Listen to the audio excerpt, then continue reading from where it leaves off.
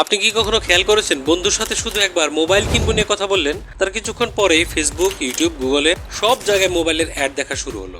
তখন মাথায় একটা প্রশ্ন আসে, গুগল কি আসলে আমাদের সব কথা শুনে? আর সবচেয়ে ভয়ঙ্কর ব্যাপার হলো এই প্রশ্নের উত্তরটা পুরোপুরি হ্যাঁও না, আবার পুরোপুরি নাও না।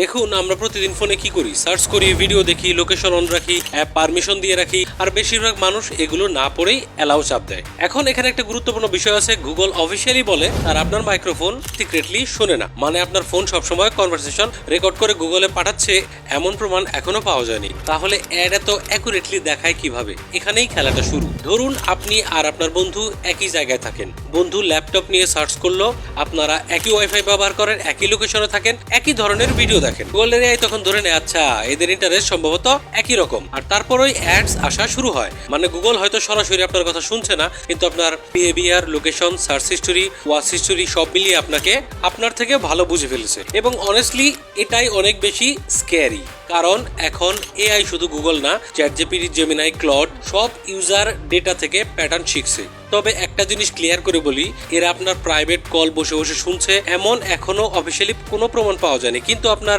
ডিজিটাল অ্যাক্টিভিটি ওটা অলমোস্ট সবই ট্র্যাক হয়। এখন প্রশ্ন হলো এগুলো থেকে বাঁচবেন কিভাবে? খুবই সিম্পল, অপ্রয়োজনীয় অ্যাপ পারমিশন অফ রাখবেন, মাইক্রোফোন অ্যাক্সেস চেক করবেন, গুগল অ্যাক্টিভিটি হিস্টোরি ডিলিট করুন, আর সবচেয়ে গুরুত্বপূর্ণ, ফোনকে নিজের প্রাইভেট ডায়েরি মনে করা বন্ধ করুন। কারণ আজকের পৃথিবীতে ডেটা মানেই পাওয়ার, আর আপনার ডেটা হয়তো আপনার ধারণার থেকেও অনেক বেশি ভ্যালুয়েবল। ভিডিও ভালো লাগলে সাবস্ক্রাইব করে রাখুন, এমন টেকনোলজির হিডেন ট্রুথ নিয়ে আরো ভিডিও আসছে।